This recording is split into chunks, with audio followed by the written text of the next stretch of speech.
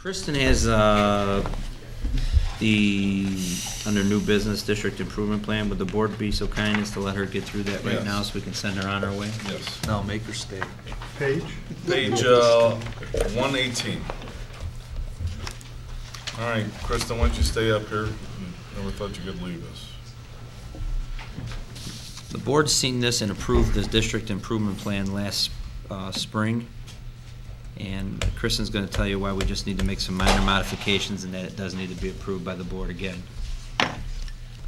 So after the district improvement plan got approved in March, this is an annual process where we have to go through and revisit the 3 goals that we identified we would like to work on, and then update the tasks that we have completed, the tasks that are ongoing, and then additional tasks that we'll be doing throughout the year to make progress and achieve those goals.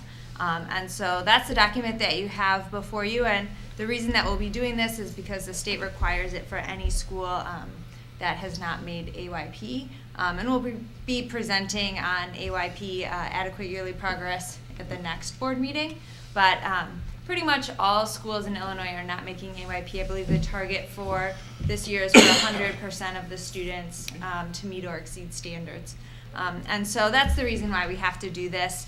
But really, we've identified 3 goals last year that will help us achieve the district goals that you've set. And so those are the 3 goals, and as you can see, the completed tasks, not all of them are written in the past tense. They were just copied over from the last district improvement plan so that you could see those are the tasks that we have completed. And in some of these tasks, there was a question about a lot of them involve training. And so I just want to speak to that. Some of the tasks that involve training, for example, would be the executive functioning team. And so last year, we've been working with Georgia Bozadeh and the Rush Neurobehavioral Center for the past 5 years now. And so last year, we did a lot of additional training to kind of help us become more independent because we knew that that relationship wasn't going to be able to continue in the same format that it has in years past, that some of the supports would not be available. And so we were trained in order to independently collect data regarding the executive functioning of freshmen, and then we actually utilize that knowledge to collect that data ourselves and to analyze that data. And so as you look through this, a lot of that is taking place with the training. So another example would be the MAP testing and getting training on the MAP reports. And so that's something that's was added this year. And so what the MAP reports are, they're measures of achievement progress, and it's a test that we're giving to all freshmen in order to be able to monitor their progress not only in English and in math but in science as well.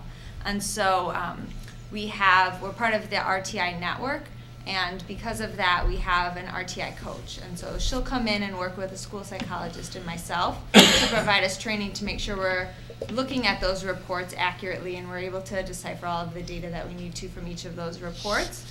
From there, we'll meet with the department chairs involved in that before sharing it out with the entire leadership council at our monthly data meetings. And so that's just some of the follow-up that occurs when you see some of the training in here. The other question that I was asked was on, I believe it's under goal number 2. It's the first added task about purchasing the global compliance network. And so the state of Illinois requires some mandated training for staff either on an annual basis or every other year basis. And so some of those things include diabetes training, food allergies, bloodborne pathogens, and in the past we've had a bloodborne pathogens video, and we expected staff to watch it and fill out a form. And so this is a much more convenient way, and it's a way that we're able to ensure that 100% of the staff are actually completing those trainings because it's a system where they send automated emails to staff, and evaluators can go in to make sure the staff have completed them. So it's like an online training Yes, system? it's an online and training it addresses state mandated type compliance issues? Absolutely. Oh. Yeah, and so it's just a way for, staff can complete it at home. They don't have to do it, during a prep period meeting. They can do it whenever it's most convenient for them, and still get the information that they need. Thank you. Any other questions for Kristen on this? You're recommending that the board review it at this meeting and then at the October 8th meeting pass it, correct? Correct. Besides having a mandatory requirement to do this, Is it worth the time and effort? Do you feel, I mean, it sounds good. Do you feel like we're actually enjoying the benefit to students and the staff from what you're doing with these 3 goals? Absolutely. I think, it's an opportunity for us to step back and identify all of the things that we do to accomplish some of those goals and to work towards the district goals. Because otherwise you go through the daily routine of doing all of these things but not taking a step back to see all of the coordinated efforts that we're doing on a daily basis to make progress towards achieving the district goals. Thank you. Any other questions?